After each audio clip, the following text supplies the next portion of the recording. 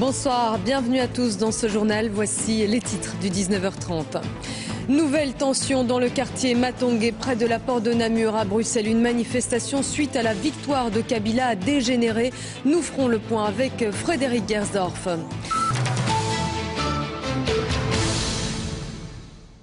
Ils étaient des centaines de personnes, essentiellement des Belgo-Congolais, à manifester aujourd'hui à Bruxelles. Au départ, il s'agissait d'une manifestation pacifique pour dénoncer la victoire de Kabila aux élections en RDC.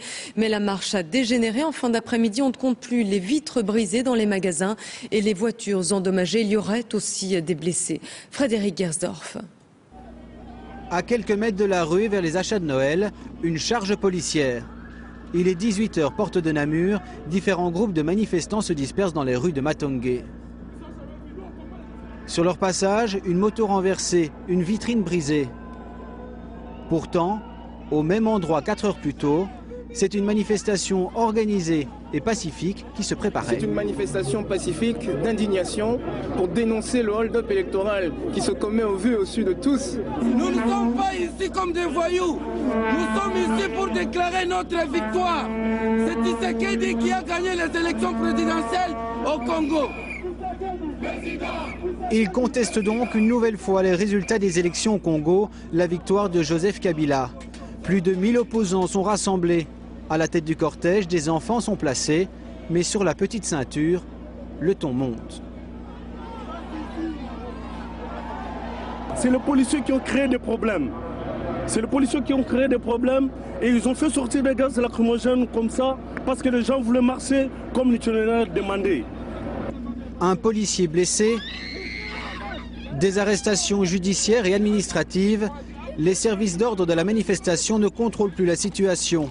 Jets de pierre, voitures dégradées, les 300 policiers interviennent en force. La contestation, qui se voulait donc pacifique, se termine dans la violence. Et on va faire le point tout de suite en se rendant sur place et en retrouvant Frédéric Gersdorf. Frédéric, est-ce que tout est rentré dans l'ordre à présent ?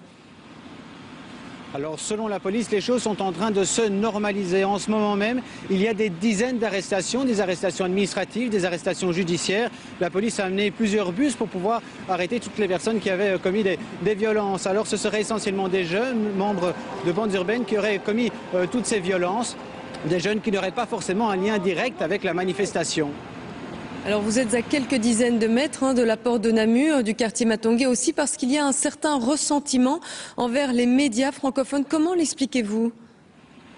En fait, ce ressentiment, il vient initialement contre les partis francophones, tous partis confondus. Ils estiment véritablement que ces partis ne soutiennent plus les Congolais. Alors, chose étonnante, eh bien, donc désormais, il y a de nombreux Congolais qui manifestent avec un drapeau flamand sur les épaules en disant, ils nous disent qu'ils vont désormais voter Bart de Wever. Alors, ce ressentiment envers les partis francophones, eh bien, il se transmet également contre les médias francophones et la RTBF notamment. Merci Frédéric Gersdorf pour cet éclairage. Alors vous l'avez compris, ce qui a mis le feu aux poudres, c'est l'annonce hier soir et avec 24 heures d'avance sur le calendrier de la victoire officielle de Joseph Kabila.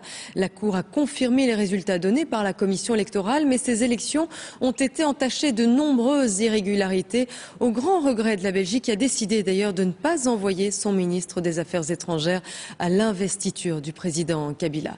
Jean-François Noulet et Isabelle Heusen. Il y avait du monde hier au palais de justice pour entendre la Cour suprême annoncer le vainqueur officiel des élections présidentielles. Proclame élu à la majorité simple président de la République démocratique du Congo, M. Joseph Kabila Kabange. Pas de surprise donc, puisque la Cour confirme les résultats déjà donnés par la Commission électorale nationale indépendante. Selon elle, Joseph Kabila a recueilli presque 49% des voix et son principal opposant, Étienne Tshisekedi, un peu plus de 32%. Le ministre belge des Affaires étrangères émet quelques regrets. On a constaté pas mal d'irrégularités pendant tout ce processus et on s'attendait à ce que la Cour suprême donne plus de réponses détaillées à toutes les critiques qui ont été évoquées. Cela étant, il semble que les irrégularités ne remettent pas en cause le classement des candidats, ce que la plupart des observateurs constatent également. Du coup, Didier Reynders n'ira pas à la cérémonie d'investiture de Joseph Kabila, qui pourrait avoir lieu déjà mardi.